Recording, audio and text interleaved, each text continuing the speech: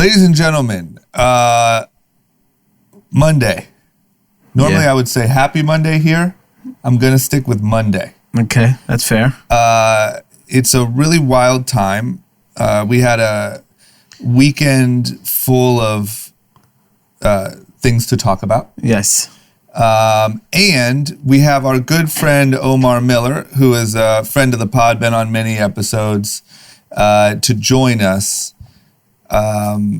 Because this is, I think, a really good time to talk about what's going on with O, but also ask questions and just sort of have another voice here in our mix. Well, it's interesting because I did get feedback from last week when we were talking about everything that's happening in the country, was like, you need to hear it from a black person's perspective, which I agree. Like, I totally agree. I'm not in a position to give feedback on a situation or an experience that I just haven't had to go through. Yep. And I think it's important that we bring in those different perspectives because, it's also our job to like just educate people, because I think right now people are lost and confused, and we need to help share information so that people can make the right decisions in their own life. Yep.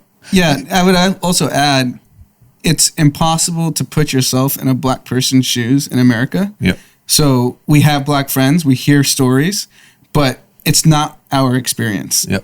So we can make judgments and we can have opinions, but the truth is we just don't deal with it. Yep. And you want to know what I think too, before we just let Big O take it away, is for me as just a white dude. Yeah. Right? You're white as fuck. Yeah, I'm the enemy here. Yes. But I know, here's the thing. I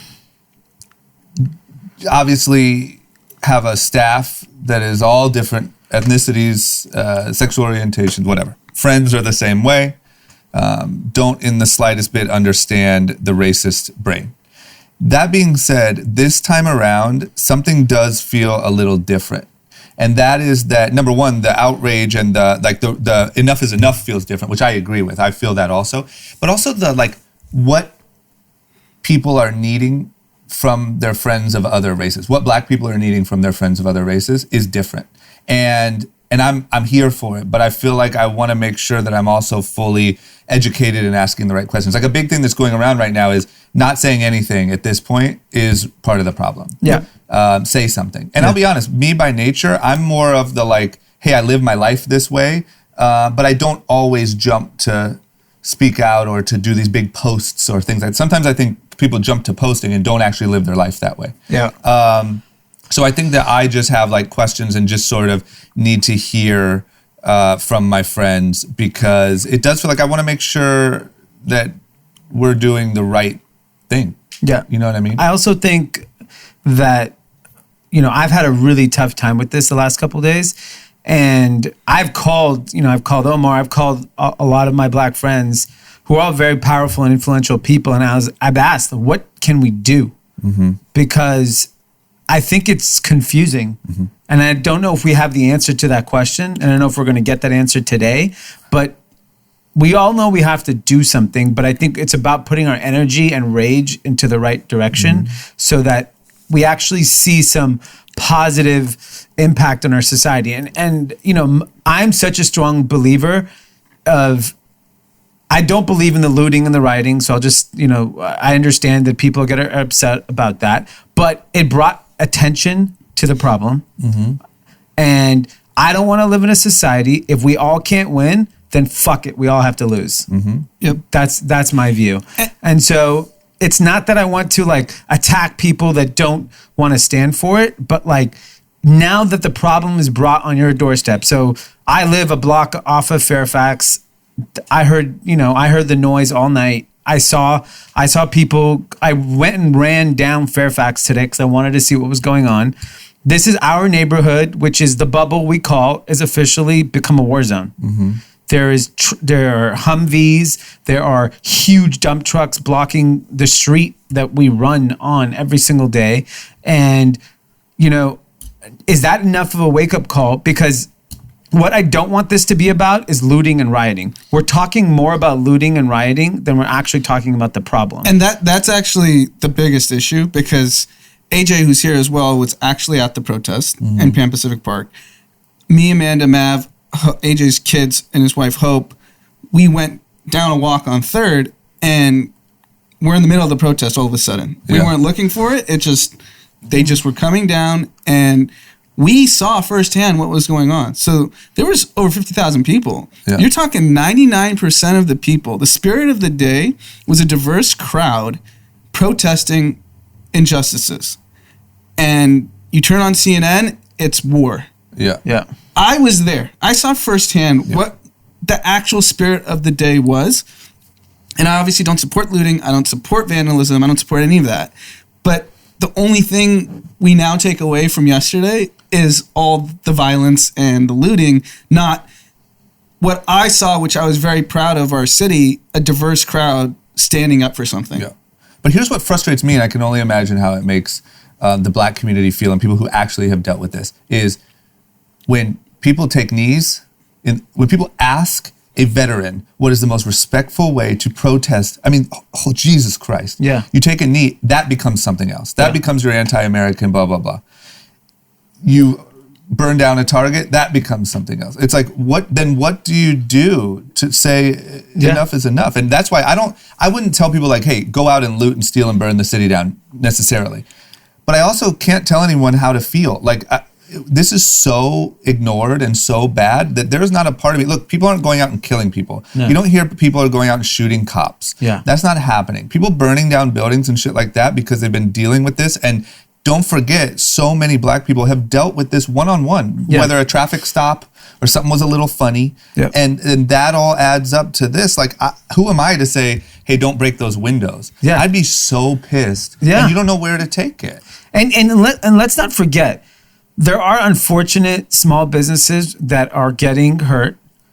Okay, we've experienced pain in our business. We all have insurance, so don't get fucked up. Insurance will take care of you. Yep. Most of these big ass companies, don't feel bad for Gucci. Don't feel bad for the Nike store. I guarantee you, no one at fucking Nike is panicking because 2 of their stores got looted into. They don't give a fuck. They've all made enormous amount of money, billions of dollars off black culture. They are supporting the cause. They don't want to fight the cause. They're here to support it. They're not going to say, Nike's not going to put out you saw the campaign they put out. Do you think they're going to put out a whole campaign about stop rioting and looting? I mean, come on. That's just not. Didn't the Target CEO speak out and say, like, I'm with you guys? Yeah. Target's based in Minneapolis. Yeah, good for them. I mean... So real quick though, because as the resident black voice and your friend, it'd be nice to get a word in. Yes. You guys are running with the thing like like you don't have all the answers, but you're doing a circle jerk right now. And this is low key like a microcosm of the problem. I don't see you guys as the problem, and I see you as massive allies. Especially the 3 brothers in the room that are of brown descent. Because I see how people look at you and me when we're all together. And it's a very similar look.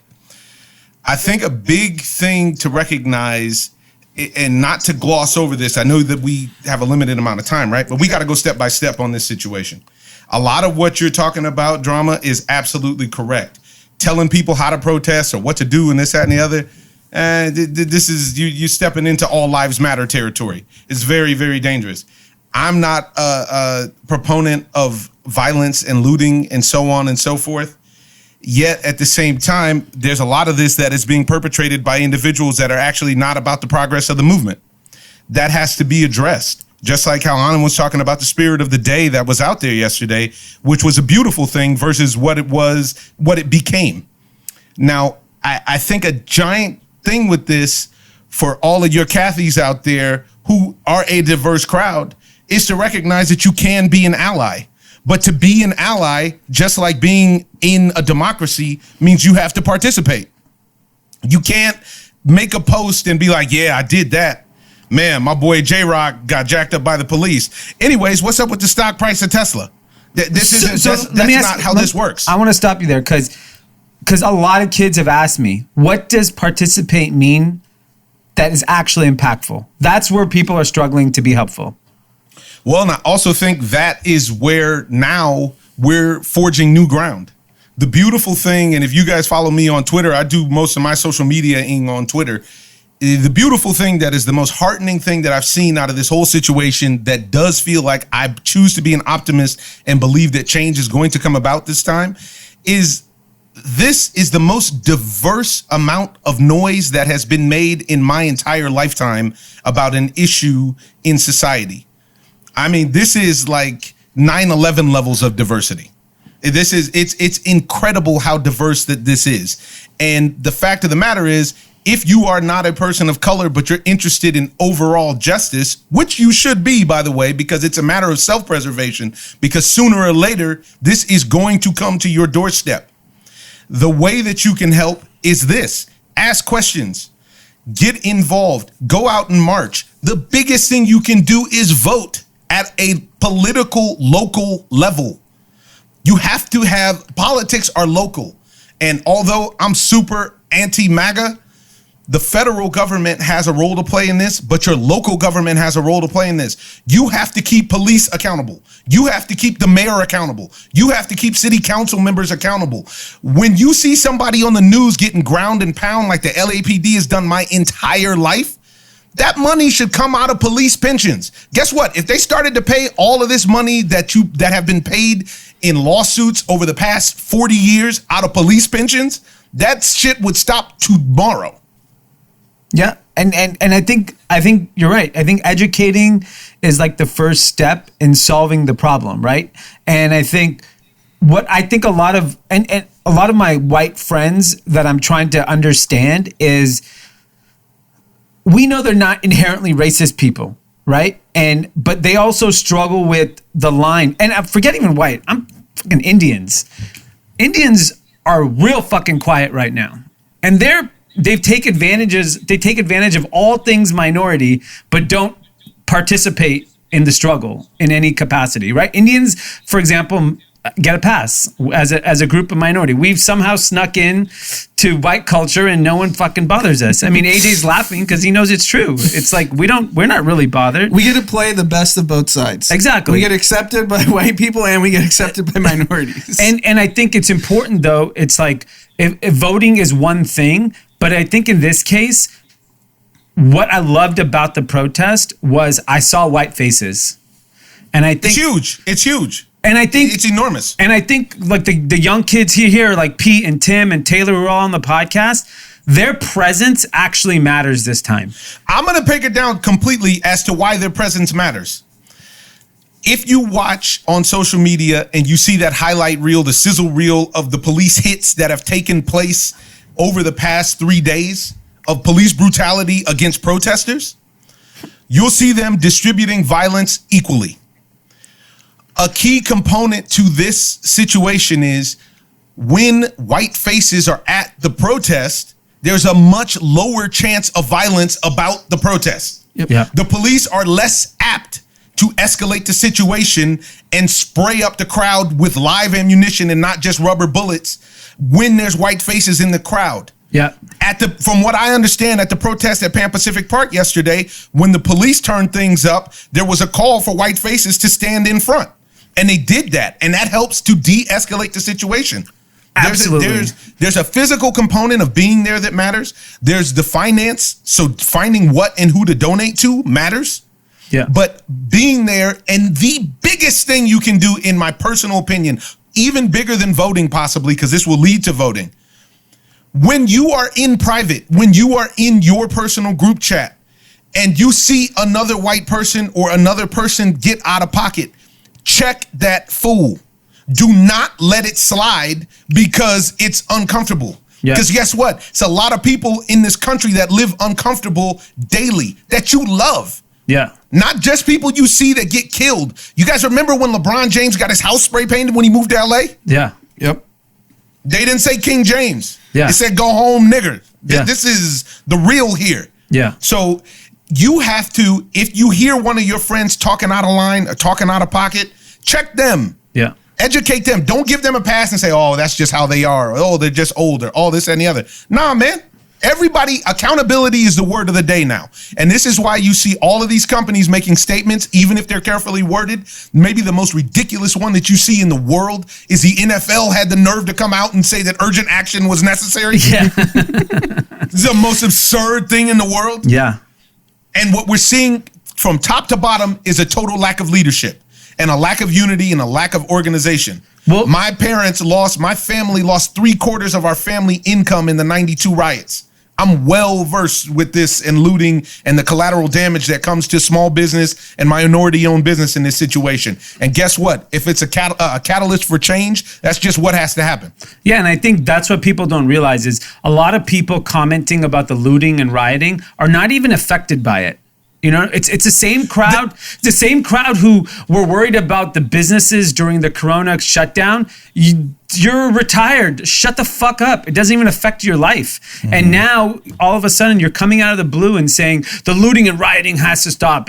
But it's like most people are completely unaffected by what happened the last 3 days. Your life gets to go on and go scot-free. And that's where I think we need to get. One of the things I called you last night, because I've been like speaking to a lot of friends, and I said, I think one of the challenges of the movement, which is kudos to white supremacy and MAGA, they're very well organized. They're a machine. Yep. They are so well organized. They went up into Minneapolis. They paid protesters to cause problems. To act up. 80% of the people in Minnesota that got arrested were from out of state. The mayor of St. Paul said every single protester that got arrested was from out of state.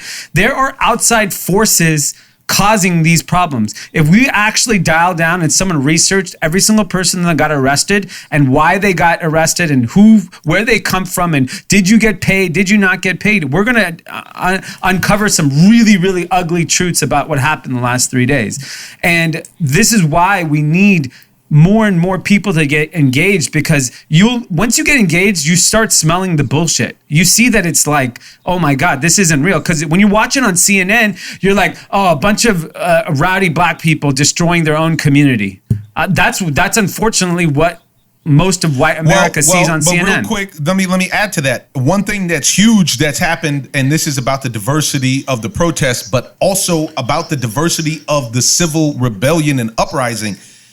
In 92, in the Watts riots, and in Detroit, in all of these places, that's exactly what it was. There was a compartmentalization that was available because it was look at the monkeys tearing up their own neighborhoods. Yeah. And guess what? When it moves to Melrose and Melrose Mac gets torn up and Osteria Mozza gets torn up and Beverly Hills has marches on the middle of Rodeo Drive and so on and so forth, this discomfort is absolutely necessary for change, because you can no longer just point and say it has nothing to do with it. Yeah, I agree. There's nowhere in the country that it has nothing to do with right now. Omar, why is this one, this one is so clearly different? Why, what do you think happened that is finally causing this level of not only diversity in the marches, but the size of the marches, the frustration? Like, it truly feels, honestly, I don't want to jump the gun here and be too excited. This feels like change.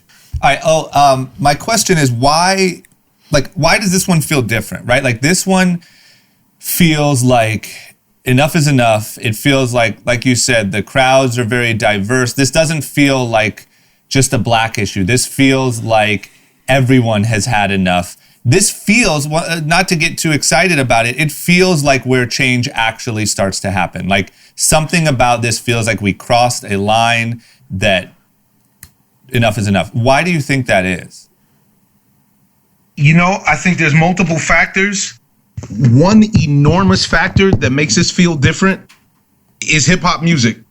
Is because when you go to Future concerts and you go to this concert and that concert, it's primarily white kids in the crowd. Mm-hmm. And I think that means a lot. I know it sounds abstract. I think that means a lot in the connection and the identification. And I think there's another key component that happened. The Karen in Central Park that got popped making the phony distress call happened, and there was an easy way to draw a direct line from that to the public lynching of George Floyd. I think that's the big I think that's a huge component, because they happened in such time proximity that people had to re-examine themselves, who were saying, I'm not a racist, I got black friends, or blah, blah, blah, and blah, blah, blah. And they was forced to put in their face to examine themselves and say, whoa, wow, maybe there is something to this thing, and it's not just lip service, you know? I think those two components, amongst other things in society, I actually think this is a component where MAGA works against itself. Because the president is so openly racist and bigoted and corrupt, and all of his policies scream that, there's a heightened awareness. And I think that when you add all of those elements together, you get to the fact that this stuff now is undeniable. Yeah, and I think the other thing, the timing of this is also crazy because, we're at this tail end of this global pandemic. So I think what happened with the pandemic is that, we've been cooped up. We saw something affect all walks of life.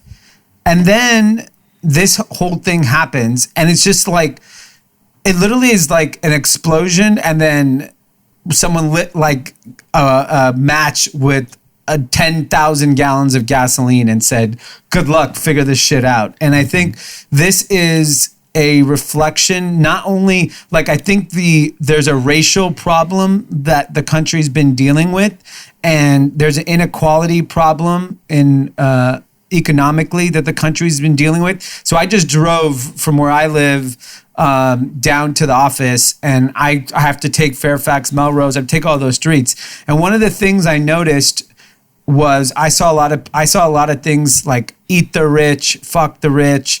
And one of the things that we've been saying on this podcast since we've started is that there is going to be a revolution. It is going to come. And I don't know what it's going to be, but people are going to burn the city down. And it fucking happened this weekend.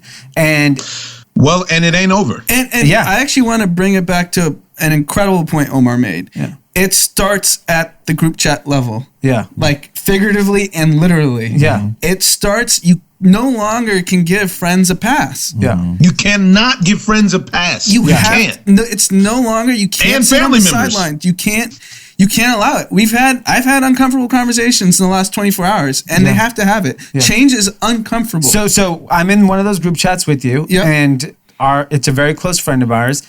And the thing about it is, and I think I said it on the group chat, and I even talked to Omar about it, I called him about it, is that I agree you have to call people out. It's just how we do it is important. Otherwise, you scare them away from being your ally. And you need the allies in this fight. Like, you need to be inclusive, and you need to speak in a tone that gets them encouraged to participate, as opposed to, like, it becomes very binary then, right? Then it's like you're either with us or against us, which is not what we want to create right now. Because if you call someone out to a point where they're because their ego gets involved. Yeah, of course. Yeah. And so it's the same thing. If I called you out on something you believe passionately about, then you would be the same, right? And it's just like, think. You know what though, D? You know what though? I'm with you until the thing about the passionate. See, the danger, and if you read Dr. King and Malcolm X and leaders like James Baldwin and whatnot, it's not the active, passionate MAGA KKK racists that are the problem. Yeah. It's the passive people who believe that they're liberal, that they believe that. So although I agree with what you're saying, there has to, as long as your message in checking them comes with love, and that only comes established with the relationship that you have with them, that it has to come with love. It can't come from a place of spite. It can't come from a place of anger. But everybody is in a spot, and this is what concerns me. We're in a spot in society where we have to check ourselves and where we have to be honest with ourselves. And in the age of social media and hyper-capitalism and hyper-consumerism, I don't know if this generation is equipped with the moral depth to actually check themselves for the greater good. Yeah. I mean, I think it comes down to thinking of sustainable solutions, right? Like to Drama's point, I think it was subsequent. You have 3 consecutive weeks where you're seeing a jogger gunned down by, civil arrest or whatever the fuck, right? You got a woman, cops show up accidentally to the wrong house, shoot up the house, lock up her boyfriend. And then you have to watch a 10-minute and 33-second video of an unarmed black man who's restrained, who's handcuffed. But this entire idea, I mean, is I tread lightly, but as beautiful as it is to see these 30+ cities, 99% of these people coming together, it's all reacting to something, and that's not sustainable. So it goes back to Anand's point and to Omar's point about really thinking about proactively adopting this mindset and being vigilant with enrolling people and giving people a way in, because you're in these group chats, you're talking to people, but you can't alienate them. Yeah, you have to give them a way in. Right? And I think people don't realize, because everyone says oh, celebrities have the platform, or these big famous people have a platform, they can actually influence. I mean, let's be honest, most celebrities have kept their mouth shut. Honestly, kudos to Taylor Swift, who actually probably has the most MAGA fans, who actually went out and just called the president a white supremacist. So she at least had the balls to do it. But for what people don't realize is, even if every single person listening to this podcast has influence, they have influence over a group of people. And so it does start in the most smallest ways. Is that, I agree, you have to call out your friends, you got to call out your family members, you can't be afraid. There are people in my life, when I hear it, normally I just go quiet and I just walk away, because I'm not going to sit and fight this battle with people that I think are ignorant. But I agree, we have to all get, the way I think you said it, Omar, is that, and I hear it everywhere, is that you have to feel uncomfortable, because being black in this country is very fucking uncomfortable. And so I'm okay now. It's my wife and I, who's white, had a big conversation about this yesterday. And it was a very tough conversation, because we're like, what do we do? How do we, be helpful? And it's tough. And I literally told my wife, I think it's calling out our friends. Yep. I literally 100% it is. Why do you think I don't hang out more? Yeah. I don't have time for that. I don't have a tolerance for that. Yeah. Do you remember when we went to the thing? I'm not going to call the homie out. When we went to the thing and it was a fundraiser and they had the Mexican homie come up and start ragging on his mama and all this other tap dancing for all the white folks in the crowd and blah, blah, blah, blah, blah, blah. And I got up and left, and I told him straight up, I said, man, I'm not, don't bring me out to this nonsense. Yeah. I'm not part of this. Yeah. You got to call people out. If you want to lose weight, you got to be hungry. That's the cost of losing weight. Yeah. When you go on a diet, you got to get hungry. If you want change, you have to be willing to be uncomfortable and have hard conversations. And if you don't, guess what? You are a part of the problem, and you got to wear that, and you got to sleep with that every single day. And the little euphoric paradise that you think you live in, the bubble that you think you live in, will eventually be affected, just like in Spider-Man when Peter Parker let the robbers go because he was mad he didn't get paid, and then they went outside and they killed his uncle. Yeah. This is how life works. Yeah. I know that sounds like a random ass, I don't watch any metaphor. Bullshit. So I don't know. But guess what? A lot of the Cathys do. There's a reason every Marvel movie makes $2 billion. Spider-Man's a big deal.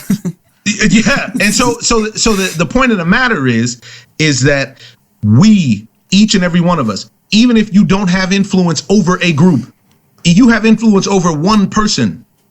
And that one other person is how you create change. The one person who decided to get up today in Berlin and do a Black Lives Matter march, in Copenhagen, in London, all over the world.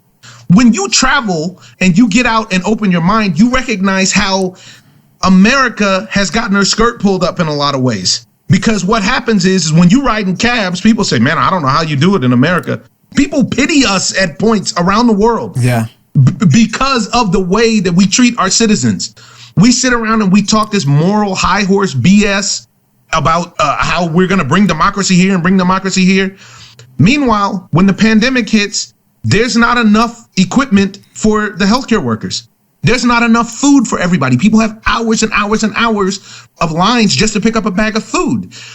But we got enough money to disperse the National Guard to shoot people up with tear gas on their own porches. Yeah. We got enough money for the things that we care about.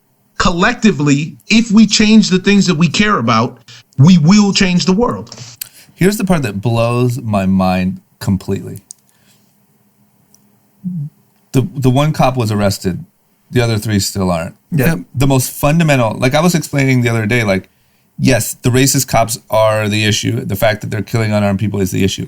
But the issue is that nothing happens when they do. Yep. So you can cure that part of it right now by just arresting all of those police officers and having real justice. I mean, another video came out yesterday where they showed George getting into the cop car completely compliant, and they're beating him in the back of the cop car and running around each side and beating him up. And then they pull him out, and then that's when that happened. And the original story was he was resisting arrest. And we all just saw the lie that happens every day. We just now all saw it on video. And we all got lied to, and then we all found out the truth. And still, I can't fathom how you can be that police chief or whoever's in charge of that, watching the world burn down and say, yeah, I don't know. It's crazy. I don't know what we could do. And I'm going to tell you what's going to be even scarier, because I already see the narrative being built. He had a previous heart condition. They're going to have great lawyers, and that motherfucker is going to get off. If he gets off, this is just the precursor. Yeah. This is what I'm trying to get you guys to understand. This is by no means over. Yeah. And if you look, I have a piece of art hanging in my house that's called the race card, and it is a flag. It's American flag, and the stars and stripes are replaced with the names of brothers and sisters who have been killed by the police with no comeuppance whatsoever. Because Drama, you hit the nail on the head. It's not just that these things happen. It's the fact that these things happen and there's no consequence. And then if there is a consequence, that consequence is usually financial. Who actually pays that? Me.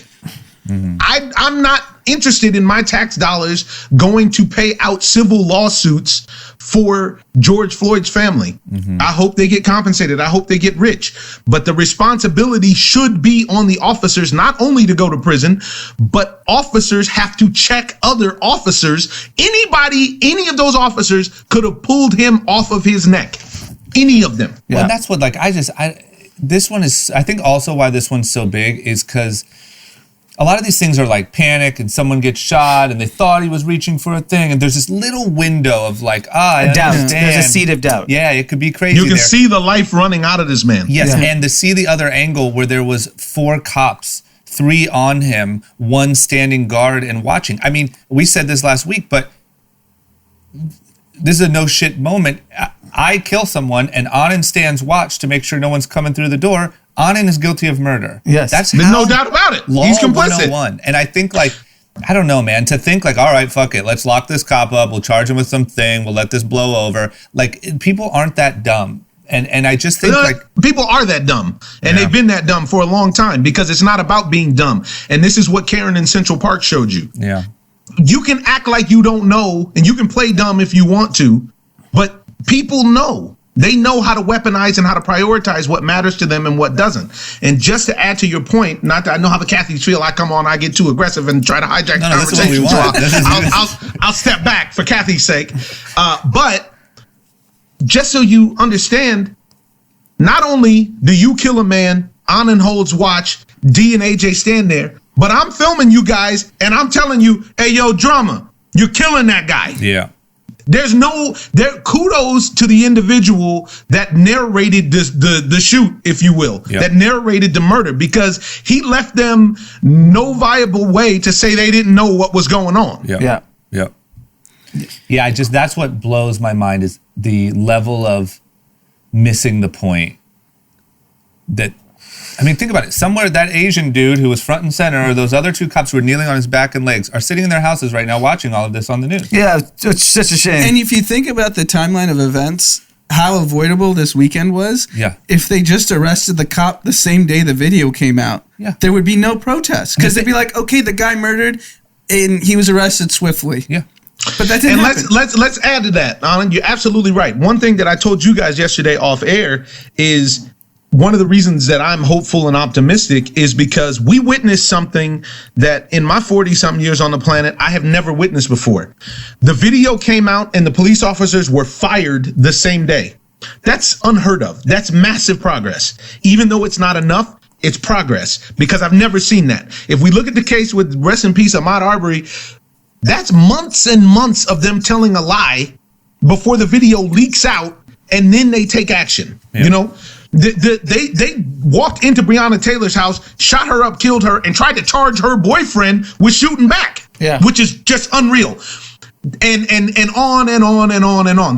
We have 100 cases that we could go to and account for. So the fact that they fired the cops is a positive thing. Yes, they could have squashed all of this if they would have just arrested all 4 of them. At this point now, I don't know if that's enough, because now people are charged up. And when people get fired up like this, when everybody gets the mob mentality and the storm the castle mentality, they literally tried to storm the White House the last couple days. Think about that. That's nuts. That is nuts. That's a suicide mission. Or not. Yeah, and to Drama's point, how he was saying earlier that this feels different. So in my fantasy football league chat, it's 5 white guys, Anthony, 4 Indian guys. This is the first time ever. This morning I woke up, every white guy in the chat was like, how do I help solve this in my life? That conversation's never happened before. And it feels different. Everyone, I mean, not everyone, but I think most educated people are collectively talking like, we need to change something. I don't know what the answer is, but something needs to change. And I don't think I've ever felt that. I haven't felt that in my life. The system needs to change, and somehow or another, this go around, people are acknowledging the fact that the system in and of itself is racist. And I think that's a huge thing to acknowledge. And I think MAGA, Cheeto, head Klansman in charge actually has helped the movement in that sense, because he's so openly racist and so openly corrupt that he brings all of this sort of thing to the forefront, you know? Well, so what does success look like then, right? Because this eventually has to stop. You know, it could go on for months. It could go on for, like in Hong Kong, they've been protesting for, I don't know, fucking a year. It's weaponizing, prioritizing, it's organizing, right? So like BLM, right? Black Lives Matter Los Angeles, really good friends with one of the founders of the entire movement. She does a lot of her organization in our coffee shops in South LA, which, you know, having businesses in South LA, and that's usually the area that Omar was referring to. LA riots in 92, Watts riots, people are destroying their own community. Not a peep going on down there. So a lot of these things are peacefully being organized. 99% of the people that are showing up are there for the right reasons. And then, you know, a friend of mine noticed there are these white guys over here, heavily covered up, noticed the swastika tattoo on his hand, cargo shorts, and like you can't see anything but their eyes. These motherfuckers are organized, right? So it's like the same way you look at, I mean, you and I were talking about this yesterday. All MAGA is no different than ISIS or the Taliban, right? Like you have your frontline people that you're promising thousands of virgins to once they carry out their mission at the end of it. They're organized the way that they're organizing against them. But when you're in a system that's funded, whose foundation is built on this, you have to infiltrate it. You guys talk about this all the time. You have to go hyper local with it, and that's not an overnight thing. And that's why these type of catalyzing events, the only way to sustain them is to organize, get the allies while it's on the front of their mind, because we've seen this before. People go and protest, they burn shit down. 2 weeks later, it's back to regular business because something else happened. Right. And along with that, just to piggyback on that, AJ, I think D's success looks like, first and foremost, having the 3 other officers in the Floyd case arrested and charged. It looks like a change where some police officers get held accountable for their actions and not just charged, but put in prison. Another component of the system, and I think another reason that this thing has caught fire like it has, is because just last year, if you remember, there's a Somali cop who popped an Australian woman and killed her, who had called 911, and she jumped out on him in an alley and startled him, and he ended up killing her. And he's in prison now. That dude's in prison now doing 12 or 14 years or something like that. And that happened swiftly. The difference is he was a black cop. You know, it doesn't take rocket science to figure out which way the justice rolls in this. And I think those direct lines, I really can't say it enough, the direct line of just recently seeing Ahmaud Arbery get killed on camera doing nothing but the run club that you have, that this is not a run club. For all you know, he might have been actually participating in one of the monthly Menlo House, this is not a run club. He might have been getting his miles in. Yeah. You know what I'm saying? You have that, Breonna Taylor, Karen in Central Park, Amy Cooper, and now then on top of that, you top it all off with making a man, breaking down a grown man who's a giant. George Floyd is like my size or something like that. Then he's out there pleading for his mama on camera, and his children will have to see that forever. This is unacceptable. You can get back the merchandise that is being looted and burned and this, that, and the other. These people can't get their lives back. No. And the ripple effect when police brutality and state-sanctioned violence enters your family life, the ripple effect of that causes these ripples that, if nothing else, you must understand will eventually reach you. Yeah. You are going to be affected. That's what I don't think people understand, is that people live in their vacuums, and they, like a lot of people say, oh, you make a lot of money, why don't you vote for Donald Trump? It'll save you on taxes. And I'm like, what world do I want to live in so I saved a couple taxes? Look what happened. My neighborhood is burning right now because we all don't care. And now it's affected me. Now everyone who lives in Beverly Hills on Rodeo Drive, where you like to go have lunch and go drink your coffee and go to shop at Dior, you can't. Because you didn't give a fuck. But this is why I hate too about people that are only money like that. Like, because we know people that are will vote for Trump because of taxes, whatever. Yeah. Let's just say you're only talking money. Where do you think you stand to lose more money? The extra taxes from the other guy? Yeah. Or the entire country being in a riot, civil uproar, and going into a recession, and the whole country being upside down. Yeah. Like, you're only speaking money. Don't forget to add to that, the fact that the Rona is still popping. Yeah. Rona might come visit you at any moment because this bozo decided to disband the pandemic squad. Yeah. But you saved on taxes for your business. But you saved on taxes. Shut down. Yeah. And Omar, I just want to bring it back to the conversation Omar and I had yesterday, and with AJ, is that local politics matters more than who the president is. Mm-hmm. So it really does. If you think about Corona, if you're mad about what your city is doing about the coronavirus, those decisions are being made by council members in your city. Mm-hmm. You're mad your restaurant's not open, it has nothing to do with Donald Trump. Mm-hmm. It's the council members that are deciding in each of these cities. So forget the racism and the that's a whole separate conversation. It's affected everyone in the country, local politics. Yeah, and 100%. The Tesla factory was shut down in Fremont because a council member said it had to be shut down. Yeah. It had nothing to do with the governor, the president. Everything is local. All politics is local, and it starts in your city. And people need to, if the coronavirus, which affected everyone equally, didn't make people realize how politics actually work. Yeah. I really don't know what will. Yeah. But it's education and the lack thereof. There's a reason why the government has defunded education with every single budget and more funded the military. You need society to be stupid so they can be controlled. This is part of the point. Give you guys a stat that when I found out, it just completely blew my mind. Do you guys know that in a lot of countries, primarily in France, if a certain number of people don't turn out to vote, the vote is null and void? Wow. If you don't turn out to vote for the presidential election in France, I think it's something like 70% or 65% of the population doesn't vote. You have to go back and vote again. If they still don't turn out after that, both candidates, from what I understand, are now null and void. Because basically what they're saying is, you guys can't motivate people to even come out and vote. You definitely aren't eligible to lead. Yeah.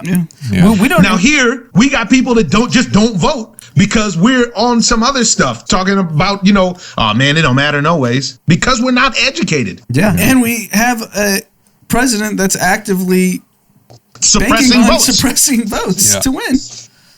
Yeah, to me, a big part of this, like Omar said, is like, this is what you get with 4 years of just slight racist remarks, good people on both sides. Like, it's been this long, then you get Corona, and everyone thinks, well, fuck it, I'm saving on taxes. Well, fuck it, that doesn't matter. And like, you can't just put poison into the brains of the country. I mean, this is what you get. And let's lay the cards on the table. Donald Trump, this is his 4th year. Our country is falling the fuck apart. It's over. We are a fucking third world country. We have military in the most desired neighborhood in the world. Military, National Guard. And in that same neighborhood, in one of the supposedly greatest hospitals in the world, you have doctors and nurses recycling their equipment because they don't have enough. Yeah. This is more evidence of the third world even than the military. But Omar, don't worry. The Apple stock's at an all-time high. Yeah. And you know what? And I got one better than that for you. If it's not, you know what we'll do? Let's just fire up the printing press. Let's just print some more. Yeah. Yeah, God forbid the stock market goes down. That's the only thing people actually care about. I'm going to tell you something. This is going to cause the stock market. It may not go down tomorrow. It may not go down Tuesday. But it will go down. You know why? Guess what happens when there's rioting in the streets? You don't leave your house. You don't spend money. You stop shopping online. This is way worse than the coronavirus. I'm telling you. I mean, nothing's open today. Yeah. All this. We had a curfew at 8 p.m. last night. You can't shop even if you wanted to. And you're not going to be excited about spending money when now the stimulus is going to run out, and now it's Whoa. If you haven't run out of $1,200 and you live in Los Angeles 3 months in, you're an incredible mathematician.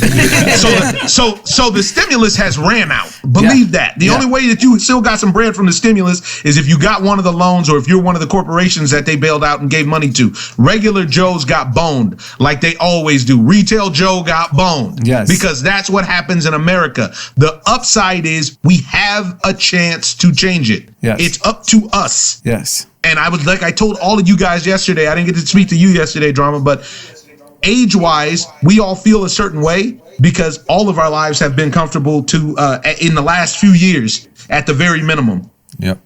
But if you look back historically, this is the age when people change things. This is the age, and for good or bad, this is the age when you're in your 30s, when you're in your 40s. This is when you can change things, and it is our job to reach out and do the group chat and speak to young people and make them understand how valuable they are, how important they are, how they truly do shape the future if they participate or if they don't. Yeah. Agreed. Okay. It's a good place to. Yeah. So would you say to wrap it for all of our listeners? Because I know a lot of people are asking, what do I do today? What you do today is have the uncomfortable conversation, check the bullshit, get out, ask questions, support marches.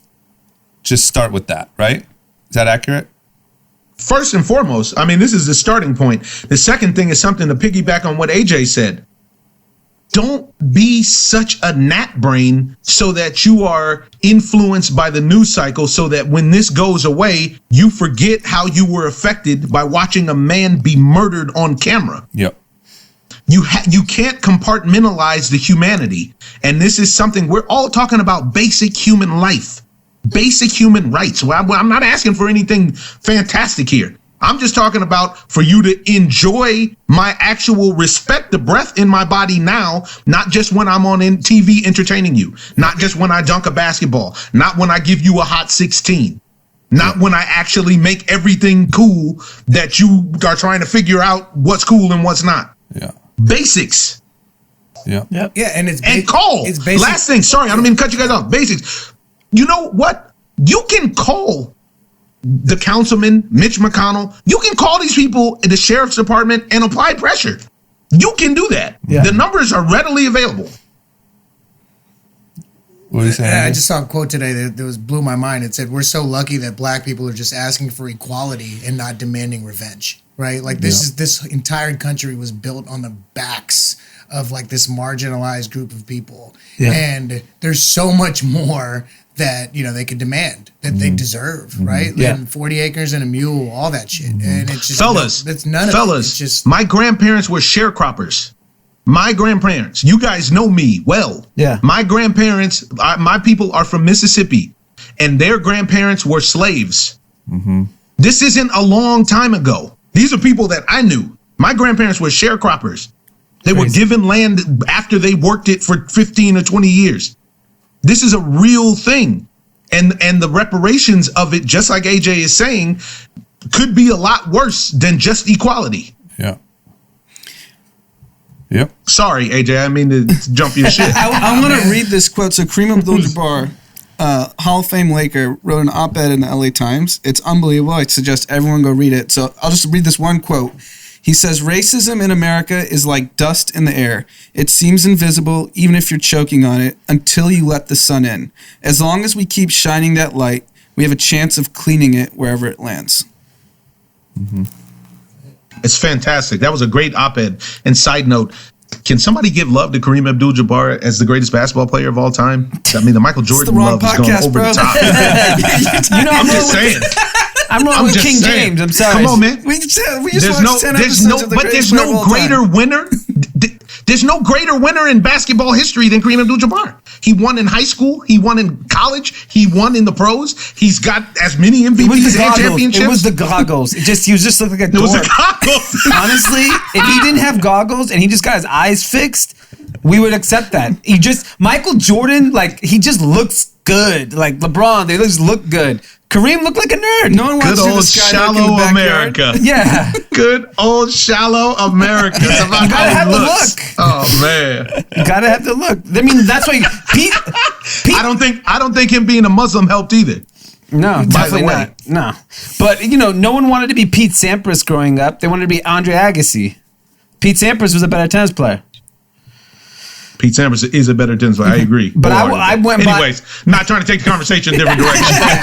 We can go another hour. But the GOAT also said Republicans buy sneakers too. So that's where the juxtaposition is. Yeah, We're talking about shit like this. That's true. You want to talk about good old fashioned complacency? Yeah. Michael Jordan's happy at the country club. Let's not lie about that. He doesn't want to lose his membership. There are two good positive pieces of news. Yes. And it wouldn't be right if we didn't end the episode on what would have been the top stories. Yeah. I'll let you start with the first. We both know what the biggest story is. For me, the biggest story is not what you think everyone thinks it is. Me is Kylie Jenner is not a fucking billionaire. Yep, that's it. Okay? And I'm not going to lie. When I saw Were you that, devastated? I was happy. Okay. Do you feel like there was a little bit of like... Honestly, it gave me like momentum in my entrepreneurial career. I was like, you know what? I still have a chance to beat her to it. She's gonna beat me, but at least when I saw Kylie Jenner as a billionaire, my first instinct was, I'm happy that this young kid's a billionaire. Yeah. And then I was like, fuck that. Yeah. Like, that's not fair. Yeah. She didn't earn it. Yeah. Like, and so now, there's this whole scandal now that Forbes was complicit on in all the numbers they received from... They tripled the revenue, right? They tripled the revenue. So they just lied for press? Just lied. And this is the thing about Forbes you have to keep in mind when you talk about the most valuable companies, the wealth of people. It's all bullshit. There's not a list on Forbes that has any integrity, in my opinion. No, and this is the same thing. Donald Trump, we don't even know if this guy's really a billionaire. He probably isn't. Oh, whoa. I can guarantee you that he's not a billionaire. There's a reason why he's not actual releasing his tax billionaires, and when returns. he was running, there's a reason why he wants to hide all this stuff. Yeah. Exactly. He played a billionaire on TV. He's as much of a billionaire as I am an audio, video, tech specialist on the Unicorn. Yeah. He's got money, but he's not. It ain't. People throw this billionaire thing around now like it's the same thing as having 400 million. For a lot of reasons, it is, but for a lot of reasons, it's not. A billion's a lot more than 400 million. And 1,000 millions is a lot of dough. I also want to say, like, don't you think Forbes should, like, weird timing? Yeah. You know what I mean? Like, I got an idea for Forbes. Right? Wait a little bit. Yeah. Because I don't know. You know what? They were like, we have to have integrity. There are black people dying. We must do something. Yes. Like, what? And just to keep it a little more fun, simple Kylie Jenner Google search. First thing that pops up, Kylie Jenner is reportedly furious at Kris Jenner and not taking her calls amidst the Forbes drama. Wow. Trouble in paradise. Uh-oh. I mean, I miss the days when that was just top news. Our biggest concern... that would have been the news cycle for a week. Yeah. Our biggest concern was that Kylie's not speaking good Kris. Another example, though, of America the liar. Yeah. This actually ties in properly with what we're talking about. Yeah. If all of the lies of America were accurately addressed, man, the emperor would really be revealed to be wearing no clothes. Yeah, and I think it's also a really good example of the tale of two worlds. Yeah. It's like on one hand, you have this like age-old history of America, deep problem. And then you have, hey guys, is she a billionaire? Is she not? Yeah. I mean, she's 19 or whatever, 21 now. Yeah. Did mom lie on the tax returns? Is she really a billionaire? Like the most who gives a shit thing, but also like, you know, that would have been the top news story for the next 2 weeks. I mean, I had a rough last 7 days. I felt good when I saw she wasn't. I'll just be honest. Yeah. No, I think that went the right way for everyone. You know, if it was like, oh, our bad, she's actually worth 5. Like, all right, well, that would have been If she was devastating. worth 5, that would be devastating. okay, and then the other story that would have been the number 2 news story is we launched people into space. Doug and Bob. Doug and Bob Yeah. hopped on a freaking Tesla Yeah. and shot into space, man. I mean, pretty insane that, you know, Elon teaming up with, and I'm sure I don't even understand like how big of a deal it actually is, but Elon, you know, first private company teaming up with NASA. We haven't launched people like this in 10 years. Yeah.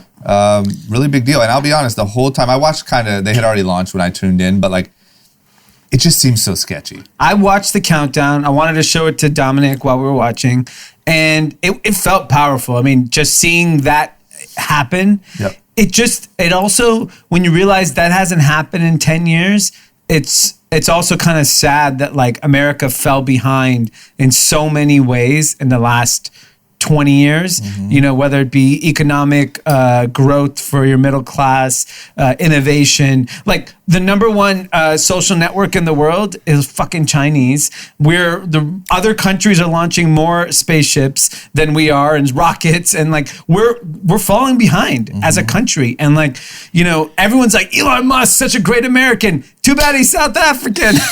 Yeah. So it's just like, And- I think it was a great moment that an American company participated in it, and I think it's important. And the This other is why part is you his got to let the dough, the Elon mission was Musk, the Bill subsidized by Gates, you got your to tax give them the dollars. latitude to go do what they do. They're the people that are going to push humanity forward on innovation, and you know they're truly geniuses. And unfortunately, a character like Elon Musk gets caught up in like nonsense media bullshit. Yeah. I wish that part of him didn't exist, but I think that's what makes his mystique so interesting. But you know, I really think that like as a feat, it's phenomenal. And I said it last week. Who gives a fuck about going to space? And frankly, bad fucking weekend to go to space. Yeah. Like you should have rescheduled it, not because of the weather. And what's crazy is SpaceX was founded in 2002. Yeah. So everyone thinks this is like this overnight success, Elon Musk. Like, this guy's been working on big problems for decades. I don't know what problem he solved here. What, SpaceX? He's modernizing one step closer to getting us NASA. to freaking Mars. Yeah. So I mean, NASA, you just said it. NASA fell behind. It took Elon Musk to get. I agree. My hope is that there's an Elon Musk of social inequality that rises from the ashes. That mission was subsidized by, that mission was subsidized. So the mission was subsidized by tax dollars allocated during the 2008 recovery bill from President Obama. So it's not truly just private money. Well, it was 2009. They put in $400 million as a part of that bill that bailed out the economy, yada, yada, yada, yada. Okay. That's good to know. So, And Trump gets to take all the credit. And Trump gets to take credit. This is why he was so intent about getting there and going there, Yeah. Because it is like, for a lot of people, that was a big moment. And I get it. I watched it. I was proud that it happened and they safely docked and that all that great stuff happened. But the reality is unfortunately the timing of the That's why I think for me, and I don't even know how to I'm probably gonna say this wrong, but it felt like cool. Like you did this great thing, but you're still living in the past. Like you can't cure this. Yeah. So great, we're supposed to celebrate that the rocket launched and it landed back on its own and it was reusable and all this futuristic shit. Yeah. But then you have scenes that look straight out of, the civil rights movement still happening in your streets. And I think this is the thing, Omar, that I was saying was Elon Musk is like our futuristic leader on innovation for humanity. We need that for social inequality. There's not a face. And I don't think anything works, any real massive team organization can't survive without a face. Like MAGA has Trump. We don't have a face for this change. No. I agree. Yeah. And it should be. I think it should be Kendall Jenner and her Pepsi Cola bar. You're right. She did calm down that whole riot. Yeah. I saw someone said, right. "Where's Kendall with the Pepsi now?" Oh man, they should have sent her out there. Yeah, I think I tend to do this. It's probably unfair. I really wish Barack would speak up more. Yeah. I just feel like Barack, so many people. Okay, but hold on, drama. Hold on a second. Because you know what? The truth of the matter is, the guy went out, he did the job, they ran him through the mud, they questioned his birth in fits of racism, they ran his girl through the mud, they said she looked like an ape and a monkey, they ran his kids through the mud.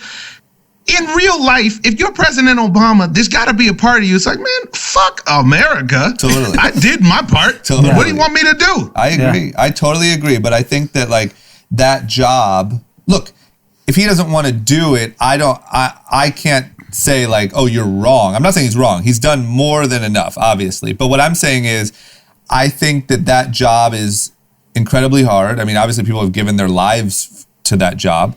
And I just think that the only thing that is a bit of that sucks is the way that people look at it. I mean, he is, like, people love him. He just looks like hope. He just looks like progress. He just speaks well. He just is, I don't know. It feels like there hasn't been anyone like one single person to emerge that everyone loves the way that. So I think we don't sleep. Him. Yeah, I was just about to say, don't sleep. Yeah, Everybody doesn't love him. Our bubble loves Obama, but who else does our bubble unanimously love? In that? Agree, but then he says one line in a fundraiser that the handling of the pandemic has been chaotic. Mitch McConnell might as well just call them the N-word because he told him sit down and shut up. Yeah. 100%. Yeah. No, I agree. 100%. Trust me, I agree. I'm just saying, like, who else? I do think a leader and some sort of concise message is so important when these things happen. Oh, yeah, because you have to...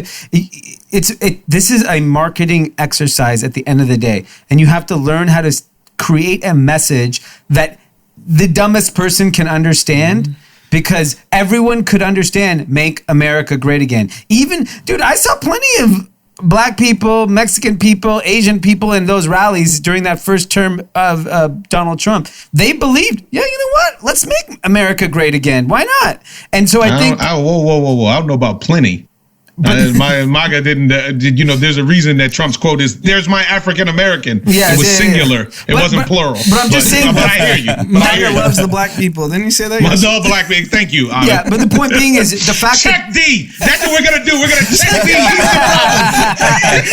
The point being is there were still people. There was plenty of people in those. It's a good slogan. You're right. It's a great slogan. And that's the thing. And I agree. We need a face. I mean, you have the number one. There is one person on earth that undeniably controls more of what people wear and what is cool than anyone else, and that person wears a MAGA hat. Yeah. Like, I think I think the whole MAGA thing and the hat thing was better at marketing than Trump could have ever wished. Yeah. And it rallied people together. He has a great team. More than he could have ever imagined. But having a hat to wear and a person to look at is so important. Yeah, I agree. And I think he's got a great team. He really did. And I think that's where, like you had Roger Ailes pulling the strings at Fox News, giving Donald Trump the voice. I don't know if Black Lives Matter is the right slogan. I don't think that's going to resonate with the entire country. And I just think, like, what is the slogan? Who is the face? I even think it needs to be a white face and a black face. I think it needs. You need to see a white person needs to see someone that looks like them up there too. That's speaking the same information. I just believe that has to happen. I don't think it's going to be just we saw. Look, Obama did the most impossible thing. Came from obscurity, lived the most perfect life, highly educated, marries the perfect woman, and he became president. We can't replicate that. That's impossible. Yeah. We're all tarnished people. Like, we're not going to find another person like Barack Obama. And then you get Colin Kaepernick. Well, I think there's something else too, though, which is I think that the leaders rise up and they present themselves, and I think that whoever is galvanizes the moment in that leadership can step into that position.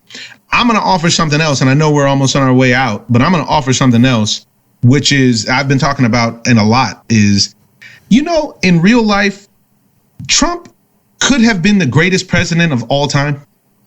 He had the lowest expectations from any president ever. And he was riding somebody else's coattails on momentum of the economy and a whole series of other things. He had control of the Senate and the media in the sense of having state-run propaganda.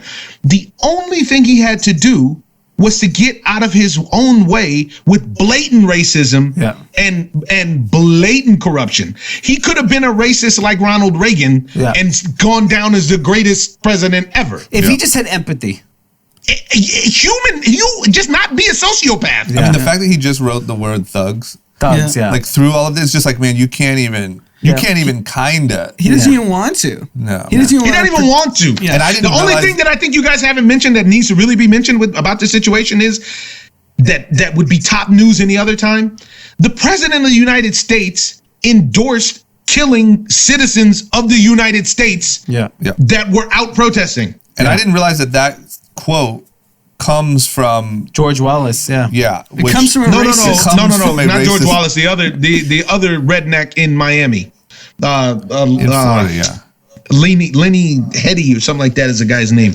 But it was a practice that they used to bust heads and whoop ass down in Miami during the civil rights movement in the 60s. Yeah, when the looting starts, the shooting starts. Like you quoted a racist guy. Yeah. Purposely. He knew what he was doing. Yeah. It's just like you or me quoting some lyrics. It is. Yeah. I love it when they call me Big Papa. Yeah. Like, wow, that was 26 years ago. Yeah, but I remember the lyric because it's programmed in me. Yeah. It's the same thing. Yeah, you're right. The bar wasn't high, but he fucking fell right under it. He limbo sticks under that limbo bitch. bar was as high as it could have been. It was like a limbo bar to the ceiling, and he couldn't get under it. I mean, he effectively destroyed the greatest country ever in 4 fucking years. Think about that. You talk about, he is a full-blown walking cancer. Yes. You have never seen somebody that can bankrupt a casino. Yeah. And the casino of the United States is just like any other casino. Yeah. It's an unrealistic situation where you think you're going to win and you're not. Yes. Omar, can I ask you one more question that hopefully doesn't, and we could do a whole nother pod about this, but so we're saying all these things. I also think Joe Biden isn't the guy, but the big news right now is that Joe Biden said if you have to choose between me and the other guy, you aren't black. Did you see that? I saw that. What do you think about that? I mean, I think that he was way too comfortable. Yeah. I don't think that he was lying, but I think that he was way too comfortable in his delivery of what it was that he was saying. That's that kind of thing that white folks do, that I have seen white folks do when they hang around black people and or feel way too comfortable as if they are black. Yeah. That wasn't his place to say. Yet at the same time, given the 98 or 99% of black people that did not vote for Trump and will not vote for Trump, I don't even know, I think one thing that's going to be interesting to see what happens now with this situation is to see what people like Diddy and all these people who were trying to threaten holding back votes for Biden, where the stance goes from there. Yeah. Because I don't care if you're transgendered, black, blah, blah, blah, blah, blah, blah, blah, blah, blah, right? Right now, every single focus has to be on getting Trump, Bill Barr, Mitch McConnell, all of those guys out of office. Because honest to God, based on the trajectory that we're on, I don't know if the United States lasts another 4 years under this regime. Yeah. At least not in the way that we grew up in it and knew it to be. No. History repeats itself too, right? I mean, you're at that 250-year mark. It's usually when empires start to crumble, when the government starts doing shit like this, right? When it completely abandons its lowest class or middle class or whatever, and it just starts catering to a very small percentage of powerful people. So it's only a matter of time. Roman Empire fell. Yeah. We can too. Yeah. Santa Monica's about to fall. They got a curfew kicking in at 4 p.m. 4 right p.m. now? This just in, yeah. 4 p.m. curfew? Yeah, 4 p.m. If the Falcons can blow a 28-3 lead to the Super Bowl, anything can happen. Yes. Yeah. You guys all, let me give you my one word of advice to all the Cathys. Parting words. learn Chinese. Mandarin. Mandarin. You saying around that? Well, Cantonese. No, I mean, there's many dialects in because your country, America, That's the funniest thing I heard in a week.